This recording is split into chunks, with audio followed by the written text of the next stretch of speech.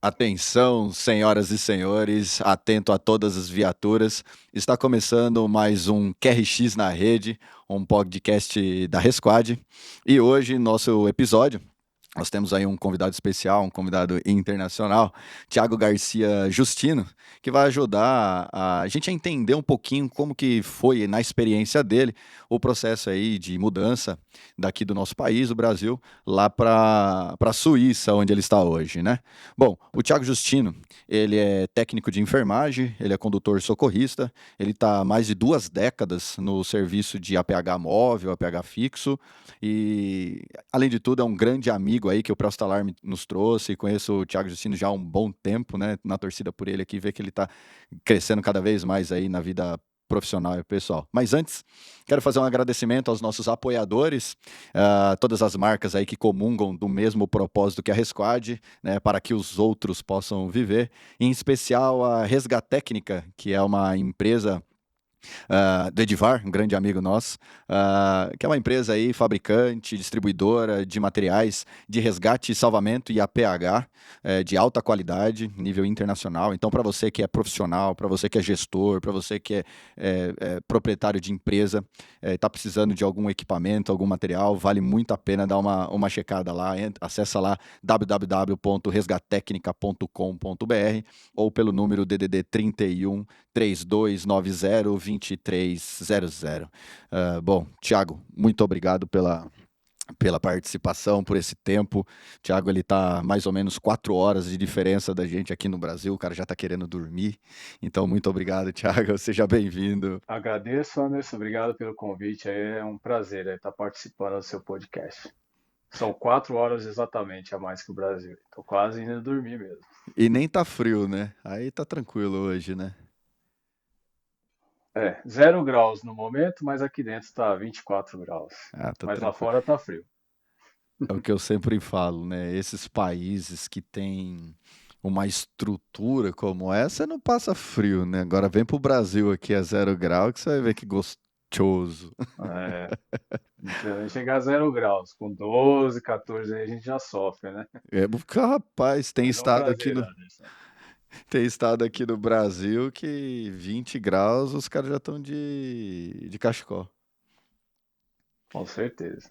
Bom, Thiago, como eu disse aqui, você é um dos profissionais que eu conheço há muito tempo. Trabalhamos junto no passado numa concessionária de rodovia no interior de São Paulo. Tive a oportunidade de atuar contigo aí quando você estava lá na condução da ambulância, como socorrista e tudo mais. Ah, Dentro desses mais de 20 anos que você tem de experiência, fala para quem está nos ouvindo aqui, quem está nos acompanhando, como que foi a transição, né? Como que foi a transição de trabalhar todo esse período aqui no Brasil e depois você ir aí para a Suíça, ver a realidade aí desse país. Como que foi essa transição? Anderson, eu falaria para você que não é nem como foi, mas como está sendo, né? Eu estou morando aqui há 4 anos e meio. A gente resolveu arriscar, não vim com emprego já garantido. A gente meio que largou tudo e nós falamos, vamos arriscar. E no começo, no primeiro ano, eu não consegui trabalhar na área da saúde. Eu cheguei aqui, eu estava estudando alemão já, onde eu moro aqui, fala alemão. E aí eu estava estudando já no Brasil, quase um ano antes de eu vir para cá. Aí eu cheguei aqui e vi que o nível que eu tinha estudado ainda era muito pouco para conseguir começar a entrar no processo de validação do meu diploma como técnico de enfermagem. Então, assim, o meu primeiro ano aqui eu não consegui de jeito nenhum, nem emprego como ajudante no hospital e algum lar de idoso por causa do nível de idioma. Então, assim, minha primeira dificuldade realmente foi o idioma. Nesse primeiro ano eu tive que procurar emprego em obra, em firma, e acabei arrumando numa empresa de restaurantes, né? Um restaurante como ajudante. Então, assim, depois desse um ano que eu comecei a conseguir contatos num lar de idosos, que com a minha documentação daí do Brasil, né? Daqui não, daí do Brasil, eu coloquei ela para traduzir, uma tradução oficial aqui. Com essa documentação, eu consegui um emprego, a princípio, como estagiário no lar de idosos, que eles olharam, leram todo esse meu histórico, e aí eles me deram a oportunidade para demonstrar na prática se realmente eu tinha trabalhado, porque eu não tinha esse documento reconhecido pela Cruz Vermelha, que é o órgão da saúde aqui que faz esse processo de validação.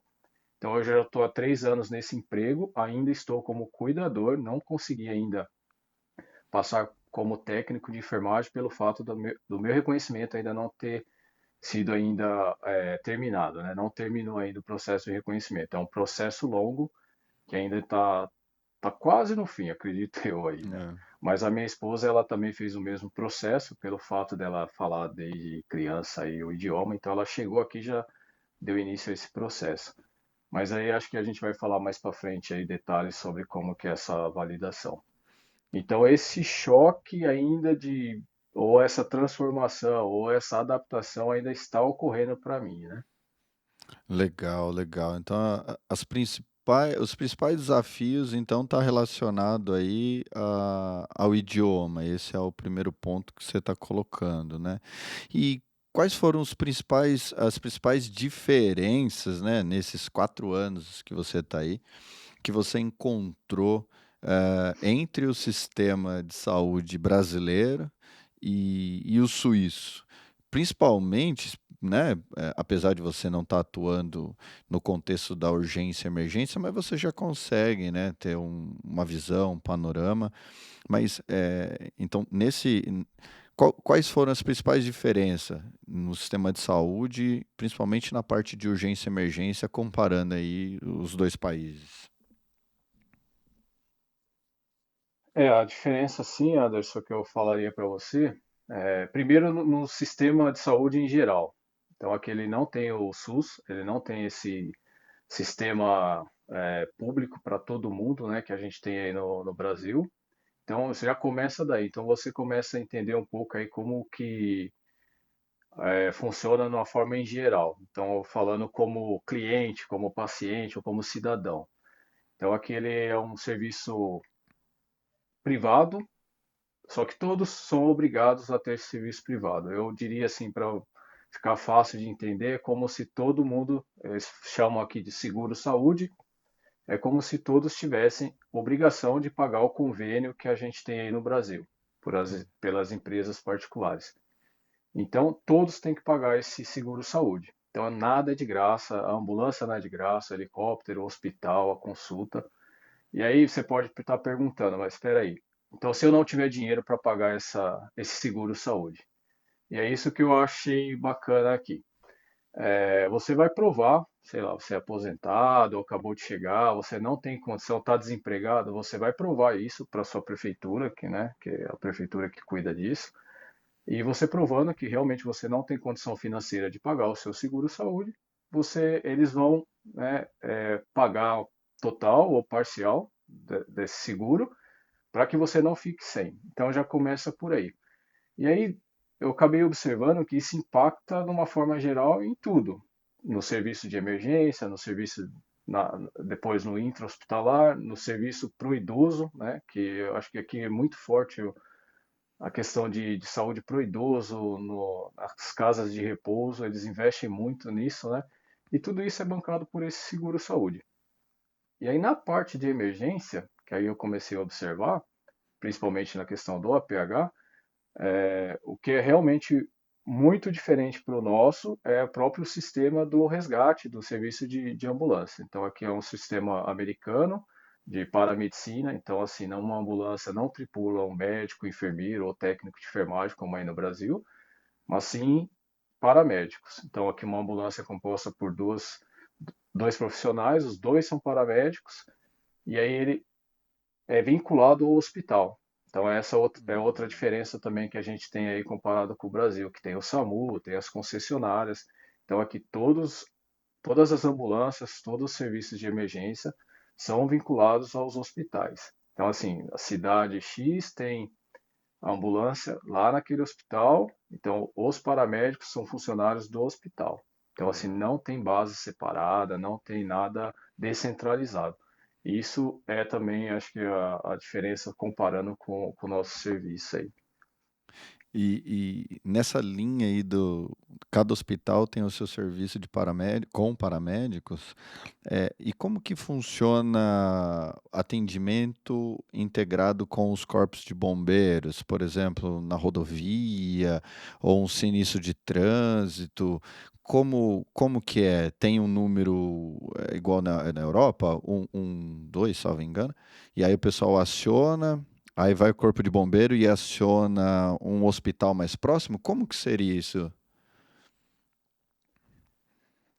Nesse ponto aí, Anderson, não é muito diferente do nosso aí, né? Cada serviço de emergência tem o seu número específico lá de emergência, igual no Brasil. Porém, se cair na central da polícia, a polícia também vai direcionar para qual órgão competente é aquela ocorrência, né? A diferença é que, em relação a talvez ao serviço, o Corpo de Bombeiros aqui não tem ambulância, ele não tem o resgate, não tem a UR, não tem o médico igual do Grau aí. Então, realmente, se é uma ocorrência de uma emergência médica, realmente vai ser direcionado para a ambulância. Então, se caiu no bombeiro, caiu na polícia, alguém ligou por engano, eles vão acionar o serviço de ambulância, o serviço de emergência, os paramédicos. Claro que se for um acidente de trânsito, por exemplo, eles vão estar acionando aí o recurso exigido para a situação. Se no caso de um acidente com preso em ferragens, eles vão estar acionando o bombeiro. Outro detalhe é que as rodovias aqui não são privatizadas, não tem concessionárias, e então, por causa disso, não tem resgate próprio nas rodovias. Então, quem atende, bombeiro e as ambulâncias desses hospitais. Caramba, é muita organização, É. né, para chegar. E falando em paramédicos, você falou que são dois, né? Então eles devem revezar Uhum. ali quem vai conduzir, quem não vai. A formação desses profissionais, ela é separada, como, por exemplo, nos Estados Unidos, você tem o técnico de emergências médicas, que fazem ali em 2 anos, salvo engano, e tem o paramédico que faz ali na universidade, período de 4 anos. Aí é essa mesma linha de formação e quais são as exigências para eu. Ah, eu quero trabalhar como paramédico. É só vestibular ou não? Como que funciona? É. Então, Anderson, é o seguinte, a questão do paramédico, aqui eles são iguais, assim, até onde eu não fui assim tão profundo, né, saber, mas assim, o que eu já olhei, que eu li, fui até numa escola aí da paramedicina, né, que dá o curso para eles, são 3 anos, eles exigem que você tenha um curso, no mínimo um curso técnico antes. Por isso que, vamos supor, se eu quiser fazer a paramedicina agora, eu não posso, porque eu não tenho nenhum curso profissionalizante comprovado. Então, assim, a minha intenção é quando eu pegar o meu técnico de enfermagem aqui, quando ele tiver reconhecido, eu ir atrás de outra coisa, um detalhe talvez diferente nosso aí. Não é vestibular, não é uma escola separada, é um vínculo com o empregador. Então, assim, todo curso, toda faculdade que você faz aqui, um exemplo, o hospital, ele abre X vagas para estudantes de enfermagem. Então, assim, você vai lá naquele hospital, você faz uma entrevista como se fosse para o emprego, só que para vaga de estudante de enfermagem ou para vaga de estudante de paramedicina. Então, se eles gostarem de vocês, vão fazer um teste. Aí, se você for o escolhido deles, eles vão te escolher. Aí você vai ser contratado por aquela instituição, vinculado àquela escola. Então, você já vai ter um contrato de trabalho e de profissão, né? Do curso. Então, assim, é isso praticamente assim o que você teria que fazer para fazer a paramedicina aqui. Ter um curso técnico, no mínimo um curso técnico, que é a exigência deles, e com isso você procurar uma instituição que tenha vagas em aberto, geralmente eles abrem para o ano seguinte. Aí você vai fazer entrevista e se eles te escolherem, você vai estar iniciando o curso de paramedicina vinculado já com aquele hospital.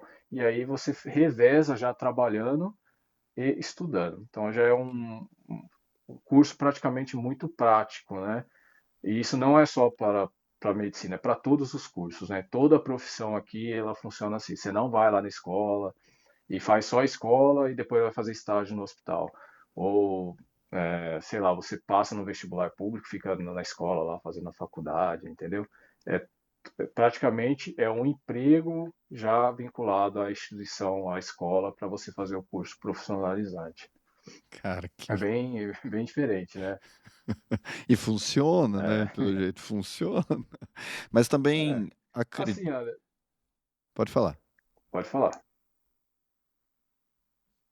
Então, eu acho que assim, a minha visão, né, hoje, principalmente 4 anos observando muito, porque no meu trabalho também, né, tem bastante estudantes técnicos de enfermagem, enfermeiros, estão fazendo o curso. Eu acho que assim, tem as vantagens e desvantagens, né? Tem os prós e os contras. Eu fui nessa escola de lá dos paramédicos, eu achei a escola fantástica. E aí, qual que foi a visão que eu tive?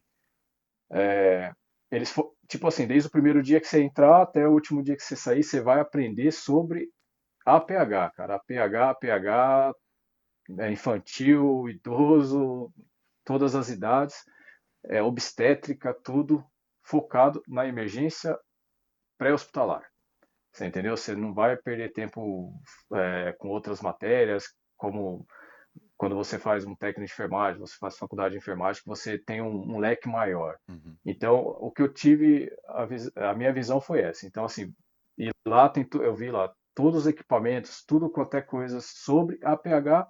Então, assim, eu acho que teoricamente você sai de lá, na teoria, super afiado no APH. Aí o enfermeiro que faz a faculdade de enfermagem no lar de idosos ou no hospital, na UTI, ele vai ficar muito assim bom naquela parte que ele fez, naquela instituição que ele fez aquela faculdade. O ponto negativo, a minha visão, que eu acho, que você perde um pouquinho essa flexibilidade que a gente tem aí no Brasil. Eu acho que quando a gente faz aí o curso técnico de enfermagem, você faz a faculdade, você tem um leque maior de uma abrangência maior no que você aprende. Uhum. Então, assim, eu acho que essa talvez seja uma diferença. Comparando com o nosso APH, um exemplo, um técnico de enfermagem vai para o SAMU, às vezes ele nunca trabalhou no APH, nunca trabalhou no SAMU. O enfermeiro vai trabalhar talvez na rodovia, talvez nunca tenha trabalhado na rodovia. E aí, assim, eu fui assim, né? Então eu comecei, você fica inseguro, não é a sua vivência, sua vivência é de hospital, é de um outro ambiente. Porém, essa sua vivência no hospital te ajuda a você trabalhar lá na rua, que aí talvez, né, não conheço assim ninguém assim próximo, né, que fez ou quando eu fizer vou ter contato com essas pessoas, mas talvez eu acho que deva faltar um pouco isso para quando o cara se forma lá, entendeu? Ele faltar um pouco de experiência, ele sai muito afiado na teoria, mas ele talvez não saia com essa vivência interna do hospital, né? Do intra-hospitalar. Então tem suas É. vantagens e desvantagens, né? Do meu ponto É, de vista, assim. nem tudo são flores, né? Para tudo na vida vai É, ter aí seus pontos positivos, seus pontos negativos. Mas eu acho que também uma das coisas que está muito vinculada aí é a questão cultural, né? A cultura do povo suíço. A Suíça é um país muito elogiado, né, em vários sentidos, né? Ela é elogiada na parte de segurança viária, na parte de criminalidade, que é baixíssimo, dentre outros, né? E de fato é isso mesmo, Thiago? Aí, por exemplo, o número de sinistro de trânsito é menor que o Brasil ou os caras só falam isso aí para inglês ver? Na prática é isso mesmo?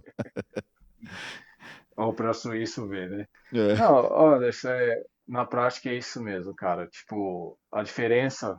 em número de acidentes, assim, é absurdo, não tem nem comparação. Eu moro no interior, se for ver, assim, a cidade que eu moro ela é interior, mas assim, a 30 quilômetros de uma cidade já maior, então, tipo, onde eu morava ali, Indaiatuba para Campinas, é praticamente a mesma coisa. Rodovia parecida com a rodovia que liga Indaiatuba a Campinas, que tinha muito acidente, ainda tem muito acidente. Isso chamou muita atenção. Com o passar do tempo, eu fui observando que, pô, a rodovia aqui é perigosa. O trecho que eu pego para ir trabalhar é como se fosse uma vicinal. Eu nunca vi um acidente de trânsito, não ouço falar em acidente de trânsito. Há 4 anos que eu tô aqui, eu não escutei nenhuma, nem em jornal, nada, nessa rodovia que eu moro aqui. Falei, não, não é possível, cara. Tipo, o que que acontece, né? Para não ter. E aí, Anderson, com o passar do tempo, o que que você vai observando? Você lembra que eu falei que não tem, as rodovias não têm resgate, não são privatizadas, não tem Sim. base, não tem ambulância? Porque não precisa, cara. Se for ver, não precisa. E aí eu falei, mas por que, cara? Qual que me bate essa curiosidade? Foi batendo essa curiosidade, eu fui tentando ver. Aí eu acho que assim, eu cheguei à conclusão, não é difícil de se encontrar os motivos, né? Tanto por que que aqui tem pouco acidente e por que que aí tem muito. Cara, na minha validação da CNH aqui, eu procurei a polícia aqui e fui me informar o que que eu teria que fazer. Então, assim, eles pegam a sua CNH, primeiro eles confirmam se o país é um país validado para eles aqui, que se realmente o documento for verídico, eles podem validar. Então, essa é a primeira avaliação, a polícia fica com a sua CNH lá, eles fazem essa avaliação, opa, do Brasil aqui a gente aceita, desde que ela não seja falsificada, né? Aí eles aceitando, aí eles marcam uma prova prática para você não precisa fazer teoria, não precisa fazer nada. Eu fui orientado a fazer algumas aulas práticas, né, para não fazer direto a prova, uma adaptação, porque realmente eu tenho alguns detalhes aqui, algumas coisas que mudam.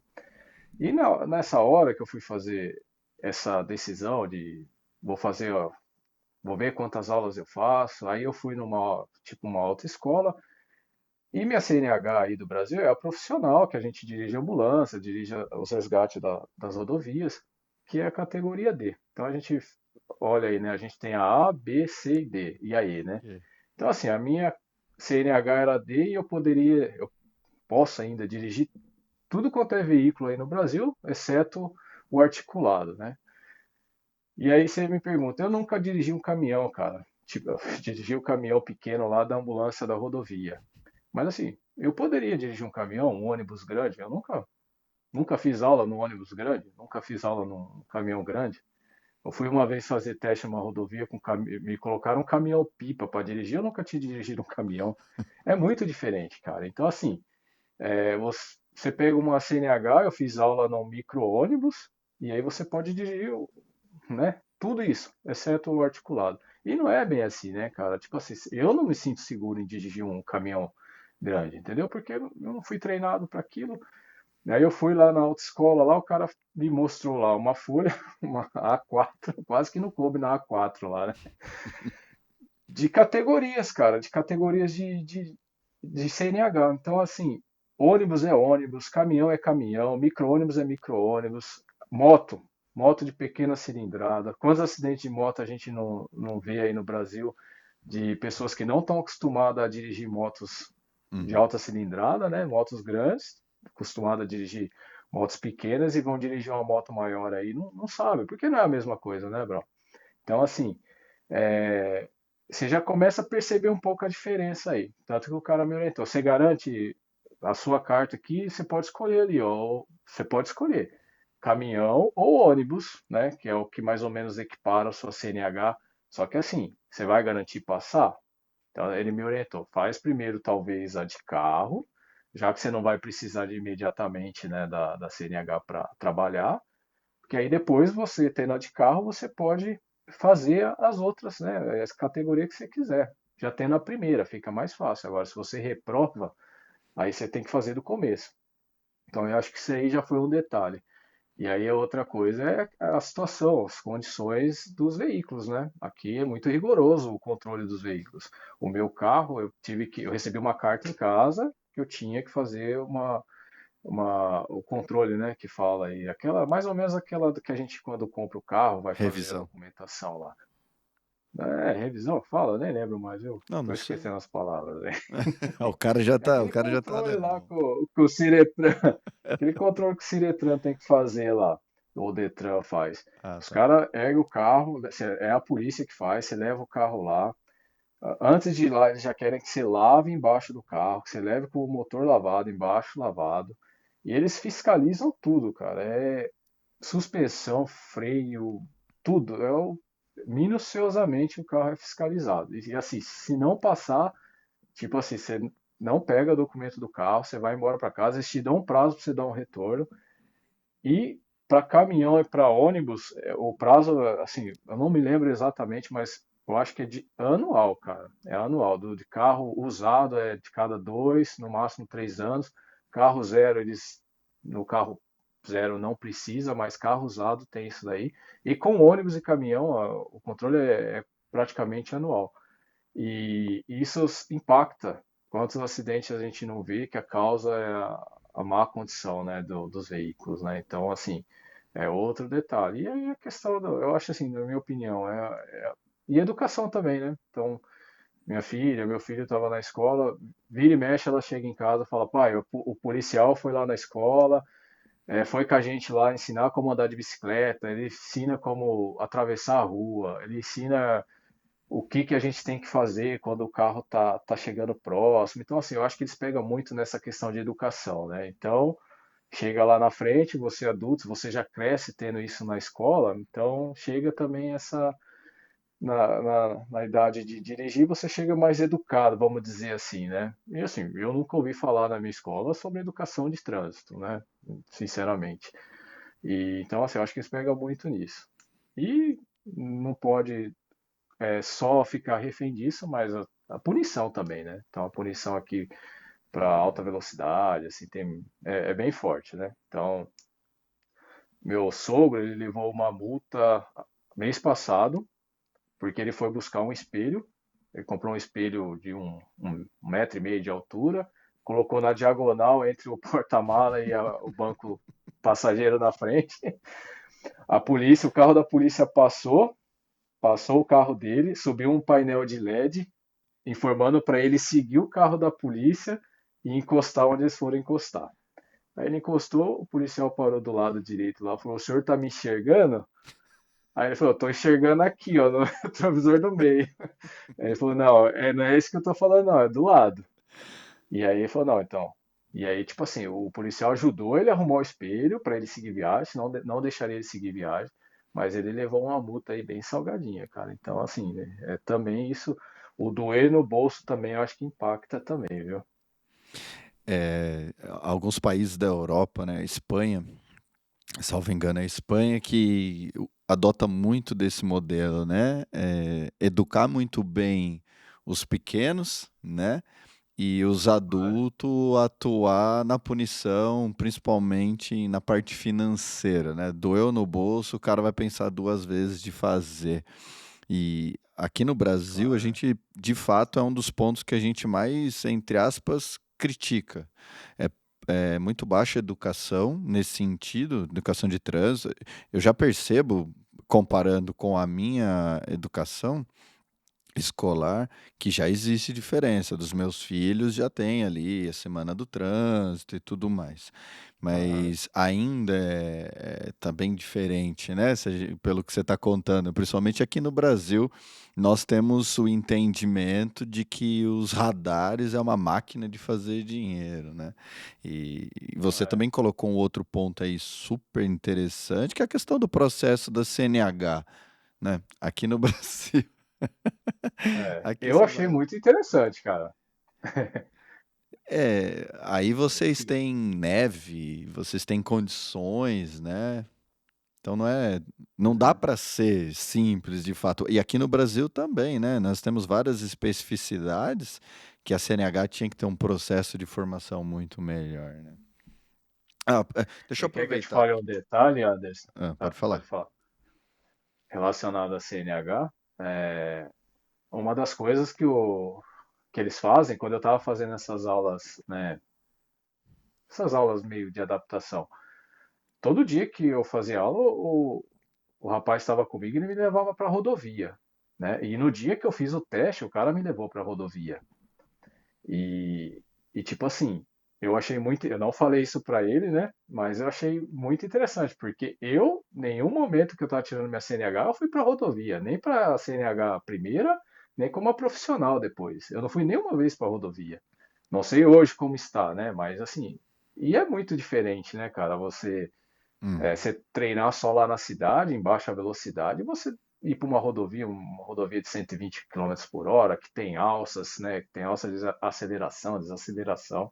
Então, é um detalhezinho, mas que acho que no final, você pensa assim, na formação, você sai um condutor melhor formado, né? Se for parar para pensar, você treina mais, né? E se a gente olhar para o veículo como um, entre aspas, um equipamento, um dispositivo que ele consegue tirar vidas, ele necessita sim de uma formação melhor, né? É, Aqui no Brasil são quase 40 mil mortes todos os anos, só aqui no Brasil, né? Então, é muita gente que morre. Nós estamos entre os três que mais morrem no trânsito, né? E isso não é nenhum motivo de orgulho. Mas voltando no aspecto de prevenção de crianças, lembrei de um ponto importante aqui que também é interessante. E no aspecto do trabalho de prevenção, com incidentes com crianças, afogamento, quedas, incidente doméstico, porque aqui no Brasil tem uma campanha muito forte, tem um trabalho muito forte, feito principalmente pela Sobrasa, mas os números ainda são muito alarmantes, né? Chega a ser desesperador. Como que é, aproveitando esse gancho de prevenção com as crianças, esse trabalho aí na Suíça? então, Anderson, acho que esse trabalho ele é muito bem feito com as crianças desde cedo na escola. Tá um pouco ligado ali àquela parte do trânsito, mas não é só no trânsito que eles fazem isso. Para quem não sabe, aqui a Suíça, todo lago ele é nadável. Pode-se nadar, rios. Então, assim, para todo lado que você vai tem lagos e rios. E esses rios todos podem nadar, todos. Eu moro a 2 minutos aqui de um lago. E são lagos grandes, são lagos fundos que quando eu cheguei aqui, cara, eu fiquei assim muito preocupado, né? Muito preocupado, questão não só das crianças, mas comigo mesmo, né? Porque tipo, a gente tá acostumado a nadar nas piscininhas aí, ou quando vai pro mar lá, sofre um pouquinho, né? Bate o braço lá. Mas aí eu comecei a reparar que tinha muita criança, cara, muita criança mesmo, e criança às vezes pequena, e eu falando, cadê os pais dessas crianças, né? E aí, cara, eu ficava assim, de verdade, preocupada. A minha esposa até fala, relaxa, minha filha, eu não tô conseguindo relaxar não, olhando essas crianças aí, né? Sabe aquele. Parecer que a gente enxerga meio que sempre aquela coisa, né? O pós, né? Muito. A Porque a gente tragédia. vê muita coisa, né? A gente vê muita coisa, né? E quando a gente vai atender aí, a gente sempre vê já o pós, né? Pô, poderia ter sido evitado ou não. Enfim, aí com o tempo foi passando, eu fui percebendo, tipo, minha filha, hoje ela tem 9 anos, mas já faz praticamente 2 anos que ela tem aula de natação na escola, e são aulas mesmo. Em determinados dias, era uma vez por semana, eles vão para um clube que tem piscina e eles ficam lá praticamente quase que a manhã inteira fazendo aula de natação. Então, assim, eles investem muito nessa questão de natação para as crianças, porque eles sabem que precisa saber nadar aqui. Não dá para morar aqui sem saber nadar, cara. Principalmente sendo uma pessoa daqui. Principalmente sendo alguém que cresce aqui. E quando nós chegamos aqui, cara, eu percebi no começo, assim, não só na questão do lago, mas num parquinho, né, parque de criança, esses de praça, essas coisas, comecei a reparar, assim, que tudo é a base de corda e madeira. Aí comecei a ir percebendo que os pais deixam as crianças muito soltas. Deixa a criança pequena mesmo, cara, muito pequena, assim, praticamente começou a andar, cara, eu vendo lá os moleques subindo nas cordas, para subir no escorregador, caindo no chão meio assim, borrachado, né? Não tão cimento, mas ou areia, mas os pais deixam as crianças muito soltas, cara. E aí e os meus filhos já um pouquinho maior chegavam aqui, Cara, não subia um escorregador com corda, tinha medo de tudo, cara. Aí eu falei pra minha esposa, "Ô, meus filhos são Nutella, hein, cara? Nossos filhos são Nutella." Mas aí, assim, entra um pouquinho a cultura também. Eu acho que a gente tem uma cultura por necessidade, a gente tem que fazer isso no Brasil, de super proteger, de estar sempre do lado, não pode deixar ir no outro corredor do supermercado que tem risco, né, cara, Uhum. de acontecer alguma coisa. Então, assim, infelizmente, a gente faz isso por necessidade, mas isso acaba super protegendo demais as nossas crianças, os nossos filhos desde cedo, e eles acabam, acho que, não desenvolveram tanto muitas coisas. Que nem, e aí é que eu percebo aqui, cara. Você vai esquiar, pô, os moleques desde pequenininho, acho que já sai do hospital da barriga da mãe com esqui no pé, cara. E, cara, é super perigoso esquiar, cara. Eu fui lá esquiar, eu falei, esses caras são loucos. Só que assim, é muito isso. Eu acho que eles têm uma cultura muito de deixar, cara, e de ensinar, ó, você não pode ir ali, não pode fazer isso. Um outro exemplo que eu dou para você, tem muito apartamento, prédio aqui, né, de vários andares, e as janelas sem grades, né, não tem a grade de ferro, são janelas grandes, e não tem rede, cara, não tem grade, né? Então é isso. Eu falei, meu, por quê? E você não ouve falar de queda de criança, pelo menos eu nunca ouvi aqui, deve ter, mas Hum. eu nunca ouvi, assim, pelo tanto que tem, entra tudo na mesma linha, né? Aham. Então, assim, é tudo acho que muito relacionado. E eu percebo que eu acho que é uma cultura de muito ensinar assim, ó, você não pode fazer isso por causa disso, você não pode fazer isso. E parece que eles crescem já com essa visão, ó, não vou fazer, isso aqui não pode. Ou eu já apanhei, eu já caí lá do escorregador de boca no chão, eu subi lá nas cordas lá, levei vários tomos, então eu sei que isso pode, o que não pode. Aqui, por causa disso, a questão de ir para a escola sozinho, as crianças vão para a escola sozinho, cara. Você vai andar aqui de carro, você vê muita criança e muito pequena. E isso foi uma Uhum. questão também que eu tive muita dificuldade de aceitar minha filha com 4 anos de idade ir Caramba. sozinha ou com a amiguinha de 4 anos para a escola, cara. Eu ficava aqui na janela e eu falava, não, não pode, cara, não pode. Você está parecendo louca aí, cara. Mas eu já tô mais acostumado. Mas você anda com carro, cara, e eu acho isso muito legal, cara, muito bacana. Então, assim, tá tudo muito relacionado. Então, eu acho que essa questão de prevenção e desde pequeno, mas assim, funciona demais.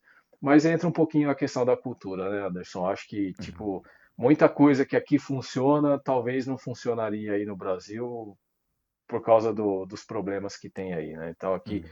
não dá para deixar a criança Não. sozinha, dessa idade sozinha. Eu acho que existe risco em todo lugar, mas como aqui a gente deixa, eu acho que é muito pelo fato do país já funcionar muito bem em muita coisa, né? Não, aqui no Brasil, até porque o tamanho do Brasil, né, vai É, mais alguns séculos aí para evoluir nesse é. nível, né? Mas voltando no aspecto técnico, no aspecto de para quem está nos ouvindo e nos assistindo, que tem interesse, né, de ir para outro país, no caso, hoje aí a sua experiência da Suíça, você me falou uma coisa que me chamou a atenção. Quem faz a validação dos seus documentos, certificação e tudo mais, é a Cruz Vermelha, não é o Corém daí? Não, é a Cruz Vermelha. Ela faz não só como a gente aqui da enfermagem, mas como se for médico, fisioterapeuta, no geral, né? Então, assim, se a pessoa ela pensa em vir para cá trabalhar, fazer a validação, então é um processo lento.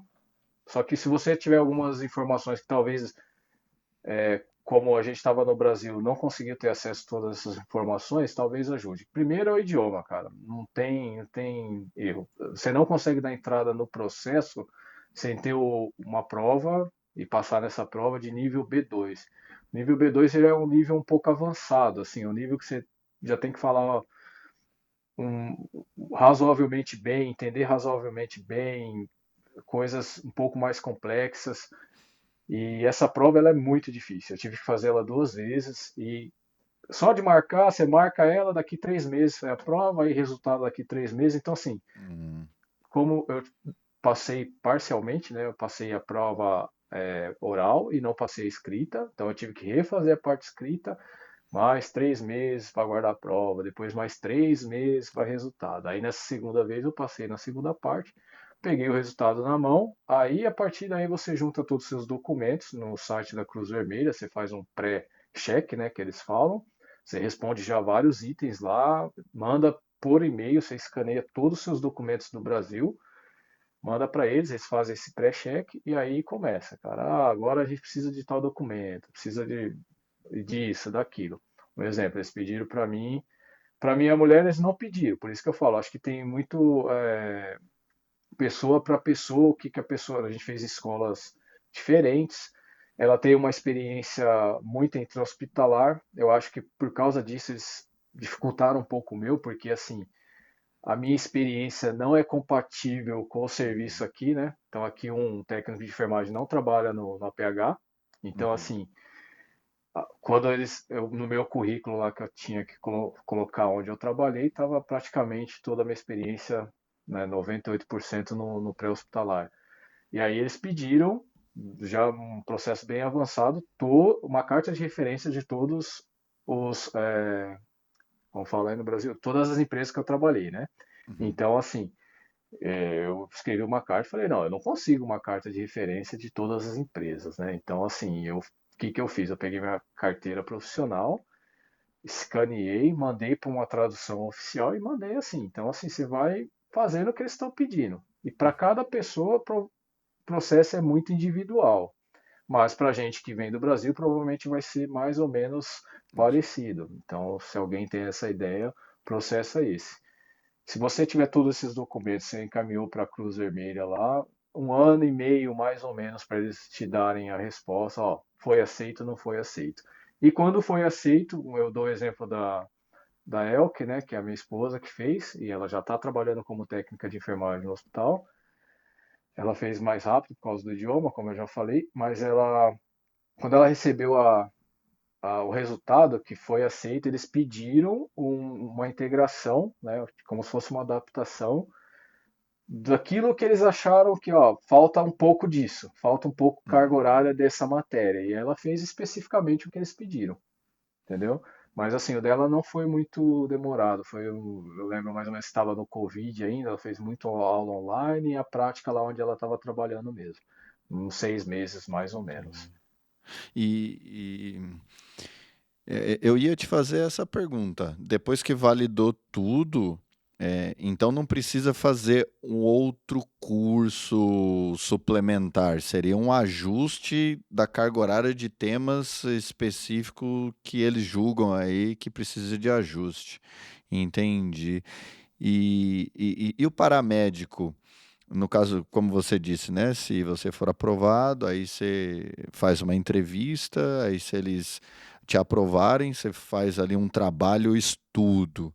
E, e esses hospitais, além das ambulâncias, eles também possuem outros modelos de veículos, aeronave, helicóptero. Quem que tripula aí os helicópteros, por exemplo?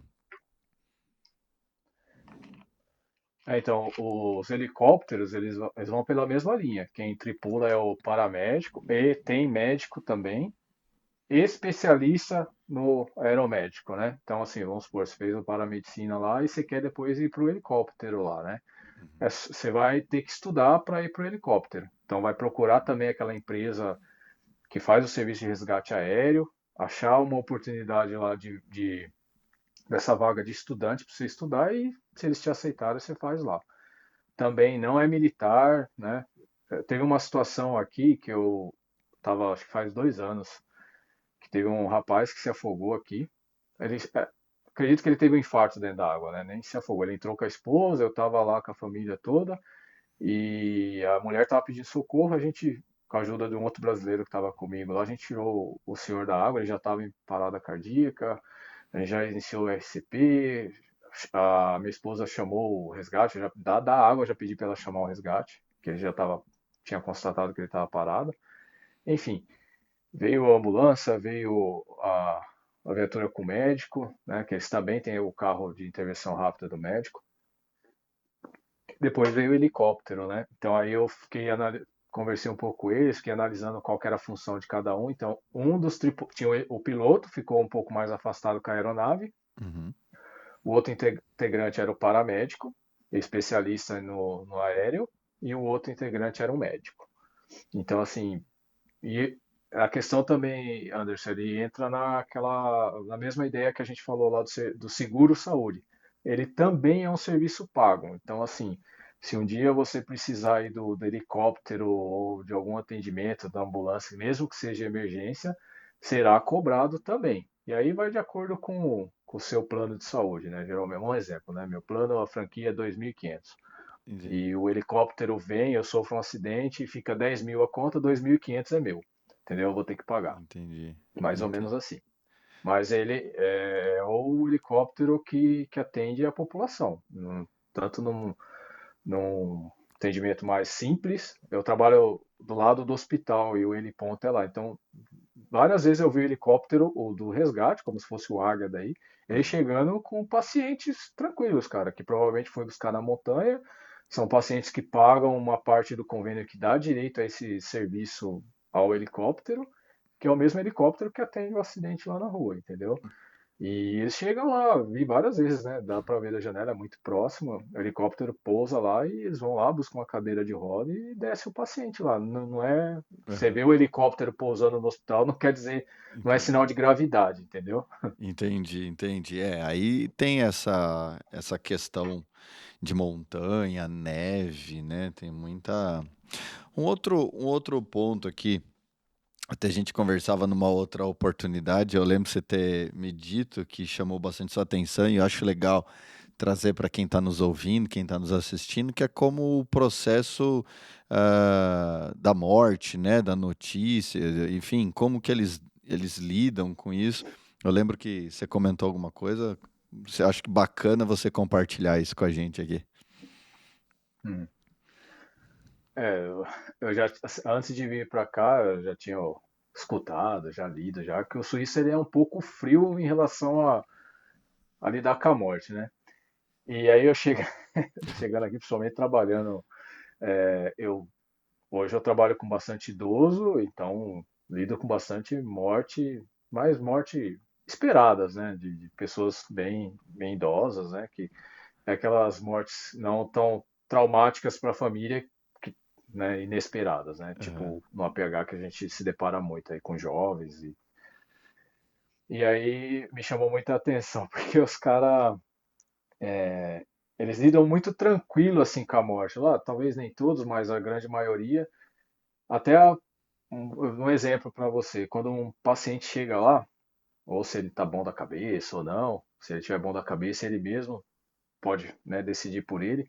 Tem que preencher todo um formulário, né, um formulário digital lá, como se fosse a ficha do paciente, né, chegando no hospital. E um dos itens que tem nesse formulário são alguns itens, né, não só um item. Se tiver uma parada cardíaca, quer reanimação ou não? Aí já tem lá no nosso prontuário lá. Então, tipo, quando você pega o plantão lá, já imprime a lista dos pacientes que estão lá e já bem claro assim, ó, fulano de tal, reanimação, sim ou não. Então, assim, já começa por aí. Então, eles já decidem antes, na hora, e às vezes eles estão bem, são idosos que estão super bem. aham, E eles decidem se eles querem reanimação ou não. E aí, quer tratamento se ficar doente, não doença uma gripe, assim, mas uma doença um pouco mais séria, uma pneumonia grave, aí precisar de uma internação, né, sei lá, uma infecção mais uhum. forte, se o paciente ficar meio ruim, precisar de sair de lá, né, da casa de repouso e ir para o hospital. Ele já decide já muito antes, assim, já está escrito se ele quer ou não. E aí Tá. teve uma situação lá de uma senhora que ela, assim, tava super bem, cara. Ela vivendo normal, lógico, ela andava lá com o andadorzinho dela, mas é uma senhora boa da cabeça. Cara, ela começou num dia pro outro lá vomitar, ter febre, ficou super ruim e foi pro hospital. Descobriram que ela tava com infecção pulmonar, né? Só que eles detectaram isso e aí conversaram com a filha e viram que o que ela tinha decidido é que ela não queria tratamento. E aí o que eles fazem? Eles deram alta para ela, voltou para a gente lá, e ela volta com medicações para aliviar o sofrimento, para dor, morfina, e o que Hum. precisar lá para sofrer menos. E aí eu fiquei assim muito agoniado, assim, pessoalmente, porque eu via nos olhos dela, eu tinha a impressão que ela queria falar que ela não queria morrer, que ela queria ser Entendi. tratada. Só que ela não conseguia falar mais. E ela gostava muito, assim, né, de mim, assim, e aí parecia que eu via nos olhos dela, né, que ela queria viver, cara. E a filha ficava lá e meio que assistindo ela, sabe, Aham. recaindo, recaindo, até praticamente morrer.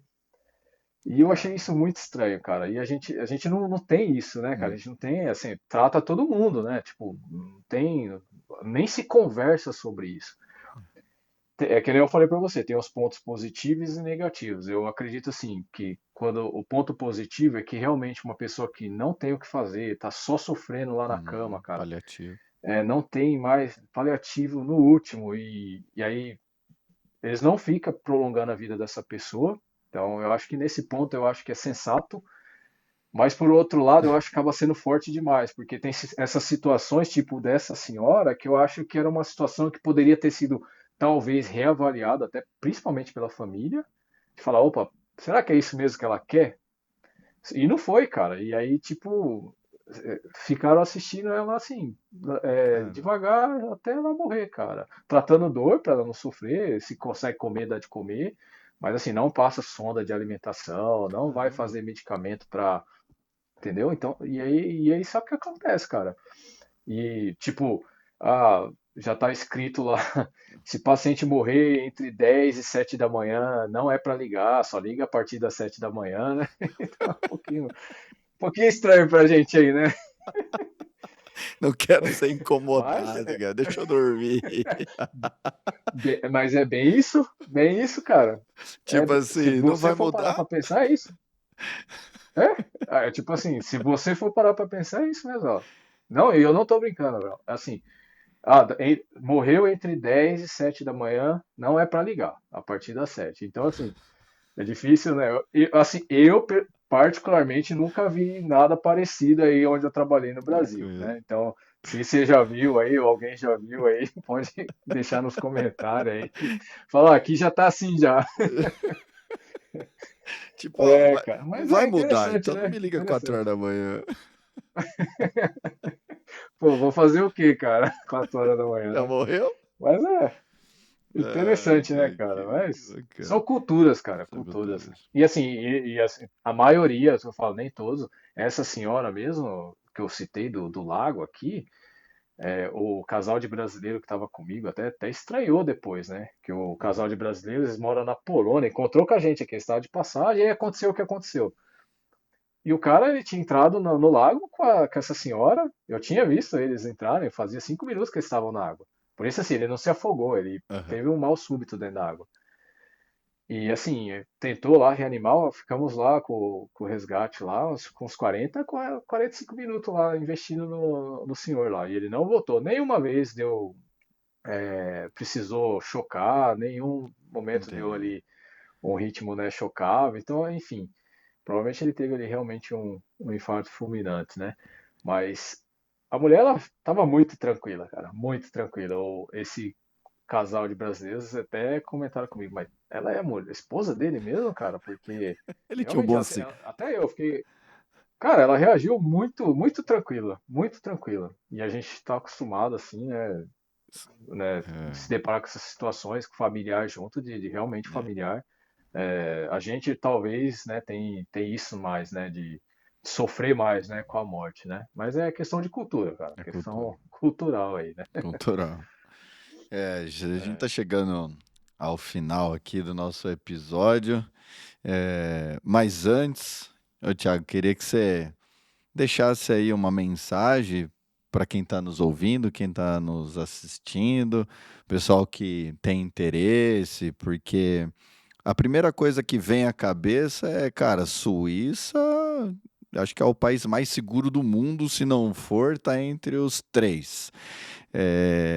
É um país que o salário mínimo proporcionalmente falando ao custo de vida, traz bastante. O pessoal olha sempre essas coisas boas, né? Ninguém, às É, vezes, não olha o sanhaço até chegar lá, a ausência é, da família, idioma, é, ser brasileiro. Enfim, quer deixar uma mensagem pra galera aí, ó? Tem muita gente que com certeza vai ser seu vizinho aí logo, logo. Olha, assim, muitas pessoas me perguntam, ô Thiago, cara, o que que você me diz? Eu tô pensando em morar fora, às vezes nem é pra cá, às vezes é pra Portugal, pra outro país. O que que você me diria? Vale a pena ou não? Cara, a minha resposta é sempre parecida, né? Isso, cara, vai de pessoa para pessoa. Então não dá para eu falar para você assim, ó, vale a pena você sair do país para cá, para lá, porque que, quando você vai tomar uma decisão dessa, uma decisão muito séria, muda demais a sua vida, né? Tipo, você larga 30, 40 anos, cara, de vida para trás para começar uma vida nova. Um exemplo, né? Tipo, eu tava muito bem, cara, profissionalmente, principalmente no meu último ano aí, eu tava no cargo de coordenação e talvez eu estava no meu ápice ali profissional e larguei tudo para vir para cá. E aí, chegando aqui, foi como começar do zero. Sabe aquela sensação quando a gente está começando, aquele primeiro emprego na enfermagem, ou antes de entrar na enfermagem, ó, eu quero fazer. E aí você chega num país, cara, que não é o seu, você não é ninguém, cara. Você não é ninguém para o país que você está chegando. Então não adianta você ter 30, 40 mil anos de experiência, falar, ó, eu sou herói lá, eu trabalho, eu sou motorista de UTI. Cara, não adianta nada, cara. Não adianta nada. Você chega aqui, você não tem o diploma ainda, você vai começar do zero. E aí você tem que ter tranquilidade, humildade de começar do zero. No primeiro ano eu fui ralar, fui escutar grito, cara, fui fritar carne, fritar hambúrguer. Um ano ralando, queimando a mão, escutando o grito e assim, ralando. Tipo assim, eu não reclamei porque graças a Deus foi o emprego que eu consegui, foi o emprego que dava o meu sustento aqui, mas foi sofrível, cara. Foi, acho que, tipo assim, acho que eu nunca trabalhei tanto igual eu trabalhei nesse um ano aqui. E tava na Suíça, tô na Suíça. Então, assim, Caramba. hoje eu tô num emprego muito melhor, que ainda não é o que eu quero, não é o que eu posso dar ainda, né? Não o que eu posso oferecer com o que eu sei, com a minha experiência, mas vem. Então, assim, Aham. são passos, né, cara? Então, assim, são etapas e você tem que entender essa etapa. Se você já quiser, é diferente de um cara que vem e já muda de país com o emprego já certo em outro país, Uhum. né? Então, quando você faz mais ou menos igual eu fiz, você realmente vai começar bem tranquilo, de baixo, e aí para você chegar lá em cima, você tem que entender o processo. Mas vale a pena, cara. Tipo assim, por isso assim, que é o que a pessoa falou, graças a Deus tá dando tudo certo, mas o dar certo não significa que é fácil, né? É. Tem isso, saudade da família, saudade dos amigos, a cultura. E aí eu aprendi uma coisa, nunca na vida você vai ter 100% das coisas. Nunca você vai ser 100% satisfeito. Toda escolha tem o seu ganho, né, seus ganhos e suas perdas. Então, assim, você perde de um lado, ganha do outro. Mas o importante é você pôr na balança lá, por que que você está saindo fora, o que que você tem aí, o que que você vai ter lá fora, entendeu? Esse que é o ponto principal aí. Legal, legal, legal. Isso é importante porque, como você disse, é uma decisão séria. Você foi com os dois filhos, né? É a família Uhum. inteira, então, de fato, tem que ser muito bem analisado. E se alguém decidir e acabou que não deu certo, como no seu caso, também tem nada de errado, volta e vida que segue, mas precisa avaliar bem, precisa, principalmente essa questão de custos, idioma e outras dificuldades, né? Bom, Thiago, mais uma vez, Com certeza. muito obrigado aí pelo seu tempo. Cara, nossa, deve estar super tarde aí, você que já tá mais tiozão, já era pra você estar Tô dormindo. ficando velho, né? Não, Olha que mas, nós estamos pelo que eu me lembro, você tem a mesma idade que eu, hein? não, mas a carcaça tá mais judiada, né? Eu trabalhei mais no sol do que você, né? É, Não. Mas você tá na Suíça, é, cara. Você começa a trabalhar 11h30 da manhã amanhã, então tá tranquilo. mas é, né? Olha só, Bom, eu só queria quero. falar mais um negócio aí. Posso Pô, falar? E só um detalhezinho sim, que eu sim, sim, esqueci deve. aqui, cara, que eu acho que talvez seja dos pontos mais importantes, eu não diria mais importante, mas bem legal de citar, e que eu acho que, citando isso, possa ser até uma ideia aí para o Brasil, você que está sempre ligado aí com o serviço de emergências. Eu já falei isso para você algumas vezes em off, né? Uhum. Sobre a questão do DEA aqui, cara, como eles encaram a urgência para leigos, né? Eu vejo que eles encaram aqui ó, essa preparação, né, para os leigos principalmente, esse suporte básico de vida e associado ao uso do DEA. Então o DEA está em todo lugar aqui em via pública, posto de gasolina, praça, 24 horas e assim, ninguém vai lá, cara, ninguém rouba, ninguém vai lá judia, né, do Aham, negócio, danifica. quebra, faz vandalismo e fica lá. E eu vejo vira e mexe aí eles ofereceram curso para leigos para suporte básico de vida. Então, assim, e aí eu já falei para você também sobre os voluntários, né, que é os first responder, né, Aham. que tem espalhados, que quando cai essa informação lá para a central de emergência, eles recebem através de um app via celular.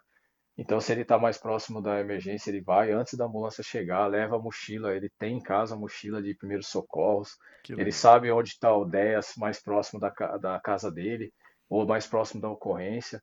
E isso eu acho que são detalhes simples, um serviço talvez assim fácil de implementar, que aí entra aquela coisa da questão de A cultura. Pô, cultura. na minha cidade, será que dá para fazer isso? Dá para fazer isso, cara? Porque quem vai ganhar com isso é a população. É. Pode ser seu pai, pode ser sua mãe, pode ser você mesmo, né? Uhum. E aqui funciona bem demais isso, cara. E eu acho que assim, não entra em questão o valor do equipamento. Sim. Entra a questão da cultura, cara. Não. Tipo, por que que nós não conseguimos deixar um aparelho tão importante, que seja caro, mas tão importante, assim, tão disponível, tão acessível à população e dar essa atenção ao leigo, cara? Porque Uhum. você sabe que quão é importante esse primeiro atendimento, né? Esse Sim. suporte básico de vida, principalmente quando uma ambulância está longe, principalmente aí que tem muita trânsito, essa questão de talvez não ter ambulância disponível, e é esse suporte básico e talvez muitas vezes feito por um leigo que vai salvar a É. vida de alguém, né, cara? Então fica talvez assim, essa experiência que aqui existe e por que não talvez implementar Sim. aí no Brasil, né, cara? Então fica a ideia aí, a dica aí. Talvez já tenha até algum lugar aí, né? Onde Sim, sim. eu morava não tinha, mas eu acho que assim, por que não, cara? Eu acho que a gente tem potencial para também ir para essa linha aí, entendeu? Sim. Para implementar isso daí. Sim, eu também acredito, eu costumo dizer, né? O pessoal às vezes generaliza e demais, fala o Brasil de maneira negativa, do brasileiro de maneira negativa. Eu costumo dizer que a maioria dos brasileiros são muito bons como pessoa, como cidadão, e o Brasil é um país bom, sim. Infelizmente, tem muitas questões que dificultam, né? Como a gente já disse aí no nosso bate-papo, mas é uma baita de uma ideia. Aqui, infelizmente, existem leis estaduais, lei federal sobre a obrigatoriedade de ter uma ambulância, de ter um DEA, e aí culturalmente, no pensamento inverso, você vê que a maioria das vezes o pessoal tenta não cumprir porque olha só o custo, não olha o benefício. Mas É, eu também concordo é, com você, por que não? Temos que caminhar assim, né? Tem que tentar modificar esse é, cenário que nós estamos, porque muita gente se beneficia com isso, né? Legal. é. Então, E assim, eu acho que a questão financeira você consegue parcerias com empresas. Eu acho que às vezes é tentar, cara, tentar sim. e ver que, tipo assim, o objetivo maior lá, né? O porquê da ideia, né? O objetivo é muito nobre, né, cara? Então, Uhum. eu acho que são ideias que. Isso eu acho que a gente tem que tirar de proveito. Ela fala, se tal lugar funciona, cara, por que que aqui não É, pode ser? Ou se é isso aí. talvez, lá, mas vamos aqui implementar na nossa cidade, vamos fazer um projeto piloto, vamos ver, vamos É isso testar, aí. né? Eu acho que é válido, cara. É isso aí. É isso aí. Bom, chegamos ao término de mais um episódio. Quero agradecer mais uma vez ao Thiago pela disponibilidade, estar lá na Suíça, de trazer essas informações para nós, contribuir aí com toda a comunidade de APH, resgate e salvamento. Então, quem tem interesse de ir para outro país, inclusive aí a Suíça. Ele deu várias dicas de como isso pode ser feito. Quero também agradecer aí as marcas apoiadoras do QRX na Rede, em especial a Resgat Técnica. E para você que ainda não nos segue nas redes sociais, por favor, @ResquadBR. Então nos sigam lá. Tem bastante conteúdo, tem bastante informação relevante sobre esse mundo de APH e resgate e salvamento. Mais uma vez, obrigado, Thiago. Até a próxima. Que agradeço. Um abraço, Anderson. Obrigado aí. Até a próxima. Valeu.